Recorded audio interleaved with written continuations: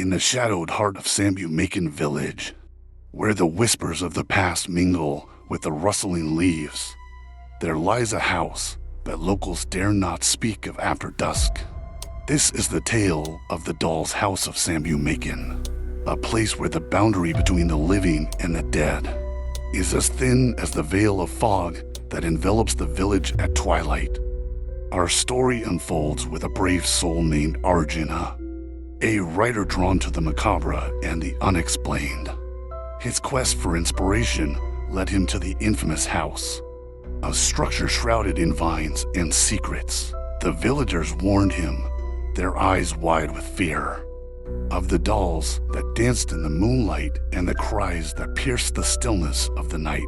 Undeterred, Arjuna approached the house, its silhouette a dark stain against the starless sky. The gate creaked open with a mournful groan, as if protesting his intrusion. Inside, the air was heavy with the scent of jasmine and decay, a perfume that seemed to seep from the very walls. He found himself in a room where time stood still, dust motes dancing in the beam of his flashlight. The dolls were everywhere, their porcelain faces frozen in expressions of silent screams and twisted joy. Arjuna felt a prickle of unease as he realized that each doll bore an uncanny resemblance to villagers who had mysteriously vanished over the years. As he delved deeper into the house, the temperature dropped, his breath visible in the icy air. In the heart of this forsaken place, he discovered a grand chamber, adorned with a singular,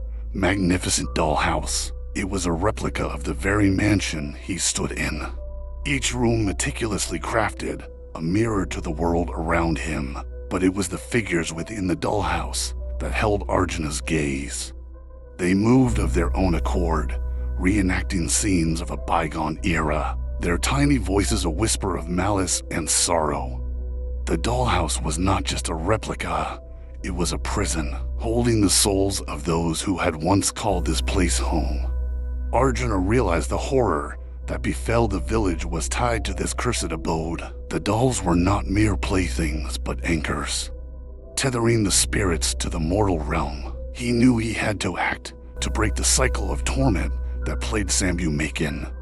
With trembling hands, he set the dollhouse ablaze, the flames reflecting in the glassy eyes of the watching dolls.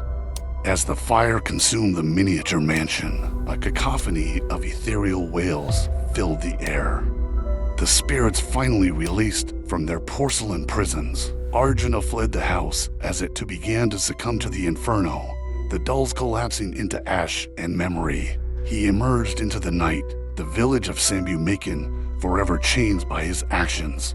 The doll's house was no more, but the whispers of the past would always linger, a reminder of the thin line between our world and the one that lies just beyond. So, let this story be a warning in Sambumakan.